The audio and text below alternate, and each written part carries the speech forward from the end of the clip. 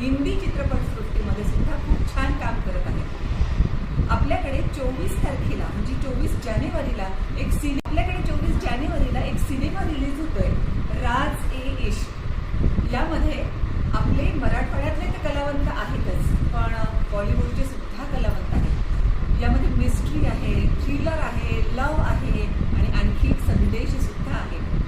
म्हणून येत्या 24 जानेवारीला रिलीज होणारा हा सिनेमा अंबा आणि अप्सरामध्ये म्हणून येत्या 24 जानेवारीला अंबा आणि अप्सरा या चित्रपटगृहांमध्ये रिलीज होणारा हा